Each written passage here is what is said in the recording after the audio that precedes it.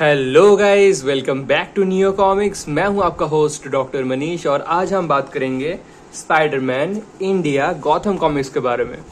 But सिर्फ Gotham comics ही नहीं दोस्तों, will also talk about Spiderman India limited collectors edition and not just this, will also talk about Spiderman India trade paperback, जिसमें है all 4 issues combined in one TPB format.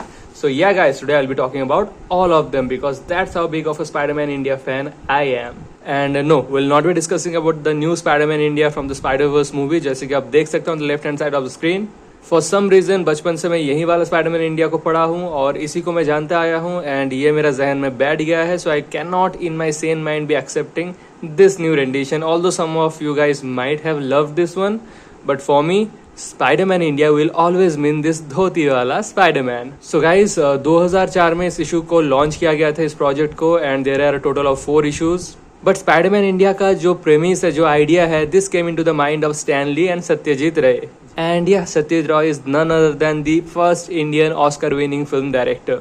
And not just director, he was also a writer, an artist, a music composer and whatnot. So yeah, he was a man of many talents. And वो और Stan Lee, the creator of Spider-Man, had actually sat and talked about bringing Spider-Man in Indian premise, in Indian context. So वो लोग बैठकर सोचे थे कि Spider-Man को देसी context में लाया जाएगा in Indian attire and stuff. So an Indian version of Spider-Man should be made. और उस थॉट को अंजाम दिया था Gotham comics in association with Marvel comics back in 2004 via Spiderman India. So initially ये लिमिटेड कलेक्टर्स एडिशन को launch किया गया था. Let me give you guys a look inside.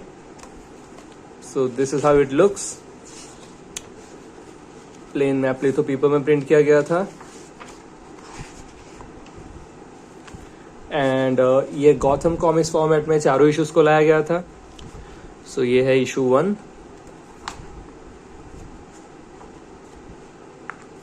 ये रहा इशू 2 आई गेस, या पार्ट 2 ऑफ 4. सो 2004 के हिसाब से दोस्तों आर्ट वर्क आप देख ही सकते हैं. It's amazing. Like Jeevan J Kang was the artist and he did one hell of a job. He was also behind writing the plot as well. So I will be showing you the credits in a moment. और ये रहा 4th and final issue with a teaser for Venom in the last page, जैसे कि आप यहाँ देख सकते हैं. मगर इस सीरीज को यहीं पर हॉल्ट कर दिया गया था और इसको आगे नहीं बढ़ाया गया बिकॉज इसका रिसेप्शन थोड़ा मिक्स्ड था and there are more negative things said than positive. And will talk about that in a moment after I give you a look at the collector state paper back. Because map litho paper में ये बेहतरीन art work अच्छा तो लग रहा था, लेकिन इसका असली मजा, इसका असली फील लेने के लिए इसको ग्लॉसी में ही देखना बनता है दोस्तों. सो या here we go. हालांकि यहाँ पर गटर लॉस का थोड़ा इशू है, but other than that just look at how amazing the art work was back in 2004 guys. And this is desi green goblin. And another fun fact is that कि सारे जो characters हैं उनका Indian names are very funny. I mean, it's not just funny, it's also very interesting. Like Peter Parker is called Pravitar Prahakar. Aunt May को aunt Maya बुलाया जाता है, uncle Ben को अंकल भीम, मैरी जैन को Meera Jain, Norman Osborne यानी कि green goblin को बुलाया जाता है नलिन ओबेरॉय, और उसका जो बेटा है यानी कि हैरी ऑसबॉर्न, उसका इंडियन नाम है हरी ओबेरॉय. सो इन सारे कैरेक्टर्स का इंडियन नेम्स तो मुझे काफ़ी बढ़िया लगा. और दोस्तों there is a question for you guys as well. So आपको क्या लगता है, अगर स्पाइडरमैन इंडिया के यूनिवर्स में ग्वेन स्टेसी होती, जो कि इस कहानी में नहीं है, सो अगर वो होती तो ग्वेन स्टेसी का इंडियन नाम क्या होता? मुझे कमेंट सेक्शन में आप ज़रूर बताएं. और सबसे क्रिएटिव जिसका नामकरण होगा उस कमेंट को पिन किया जाएगा दोस्तों. सो या ग्वेन स्टेसी का इंडियन नाम क्या हो सकता है? Just think about it for a moment and let me know in the comment section. So या यहाँ पर लिखा गया है पार्ट 1 2004 में रिलीज हुआ था एंड पार्ट 2, 3, 4 सारे 2004 में ही रिलीज करके सीरीज को कंप्लीट कर दिया गया था. बट जब रिसेप्शन का बारी आया it was mixed. Art work no doubt लाजवाब है. It's jaw dropping. After every 4-5 pages there is a big splash page, be it a double page spread और a full page of art work. And Jeevan J Kang, wow what a job he had done back in those days. And can you comprehend दोस्तों कि 20 साल पहले इस level का art work publish हुआ करता था. Just how talented and how much ahead of his time Jeevan J. Kang was. So here are the creators, these are the writers. Jeevan J. Kang is one of the writers and he is also the artist, and there is the letter editor and the whole creative team. सो या चलिए आपको दिखाता हूँ कुछ amazing pages apart from the ones I have already shown you, and just let me show you the number of splash pages there are. Just have a look at it.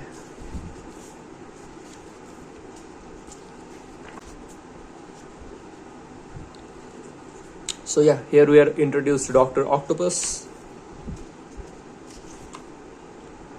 Doc Ock again,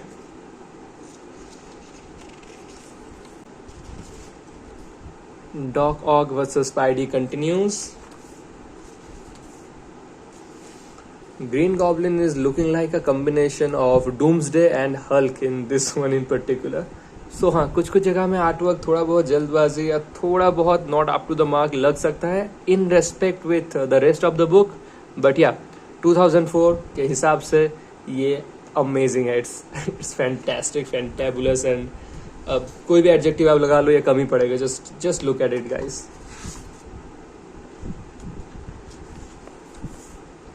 wow, colours देख रहे हैं आप दोस्तों. So this book is worth alone for this art work only.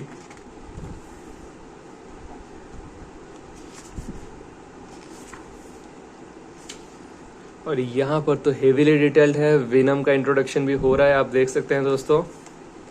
वो just look at it. जितना तारीफ किया जाए उतना कम दोस्तों. वाव, cityscape.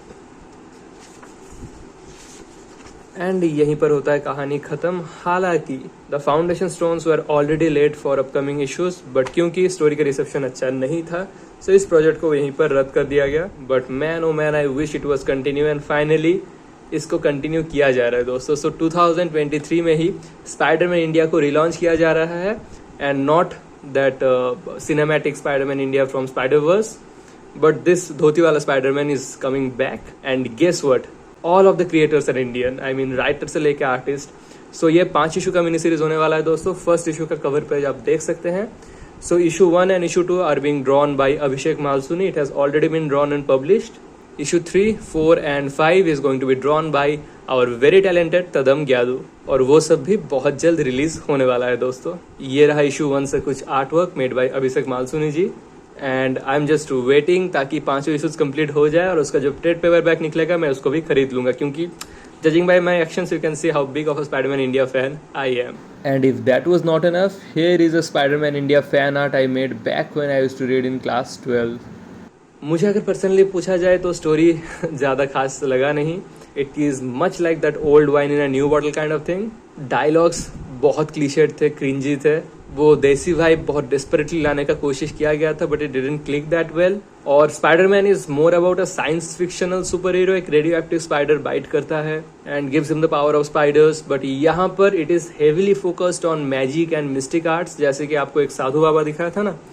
So that guy is the one who gives Pavitr the power of spider.